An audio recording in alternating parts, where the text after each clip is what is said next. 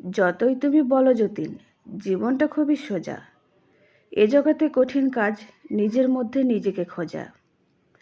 Hello Ibrahim, সবাই কেমন আছো? আশা করি আল্লাহর রহমতে সবাই ভালো আছো, সুস্থ আছো। সবার আগে বলে রাখি, যার যার আমার ভিডিও ভালো লাগবে অবশ্যই পাশে থাকবে, আর যার ভালো লাগবে না সে স্কিপ করে চলে যেতে পারো। তো দেখো বন্ধুরা, আমি আরও একটা নতুন ভিডিও নিয়ে এসেছি। তো আমাদের মতো গৃহবধূদের কোনো ভিডিও পাওয়াই যায় না। তো যেটুকু আমরা হয়তো কাজ করি বা রান্না করি সেটুকুই তোমাদের সাথে শেয়ার করি।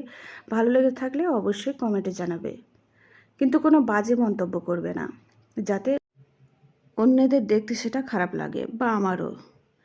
তো চলো রান্না করি, কিছু কাজ করি, তার তোমাদের সাথে গল্প করি। আগে বাড়িতে আত্মীয় স্বজন এলে কলা পাতায় খেতে দেওয়া হতো। সম্পর্কগুলো ছিল গাছের পাতার মতোই সবুজ। এরপর মাটির পাত্রের ব্যবহার হতে লাগলো। সম্পর্কগুলো চলে এলো ঠিক মাটির কাছাকাছি। কিছুদিন পর কাঁসা পিতলের জামানায় এলো। 9 মাসে 6 মাসে সম্পর্কগুলো চমকাতে লাগলো। কিন্তু যেদিন থেকে কাচের প্লেটে খাবার দেওয়া শুরু হলো, সেই দিন থেকে অল্প আঘাতেই সম্পর্কগুলো ভাঙতে লাগলো। আর এখন তো শুধু কাগজ কিংবা ওই যে বলে না থার্মোকলের থালার ব্যবহার হয়, মানে জাস্ট ইউজ অ্যান্ড থ্রো ব্যবহার করে হয়ে গেছে। এবার ছুঁড়ে ফেলে দাও, সম্পর্কগুলো ঠিক তেমনই হয়ে গেছে। তাই এখনকার সম্পর্কের আর মূল্য নেই। তো প্রিয় বন্ধুরা, দেখো তোমাদের সাথে কথা বলতে বলতে ওদিকে আমার রান্না হয়ে গেছে।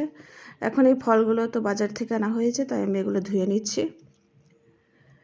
তো সম্পর্কগুলো বাঁচিয়ে রাখার জন্য দুই পক্ষকেই একটু ভালোভাবে ব্যবহার করতে হয়, বা কথাগুলো ভালোভাবে বলতে হয় সবার সাথে, তাই না? কথাও বললাম তোমার সাথে, আবার কথার মাধ্যমে তোমাকে হার্ট করলাম, আঘাত করলাম, এরকম করলে তো সম্পর্ক টিকবে না, তাই না?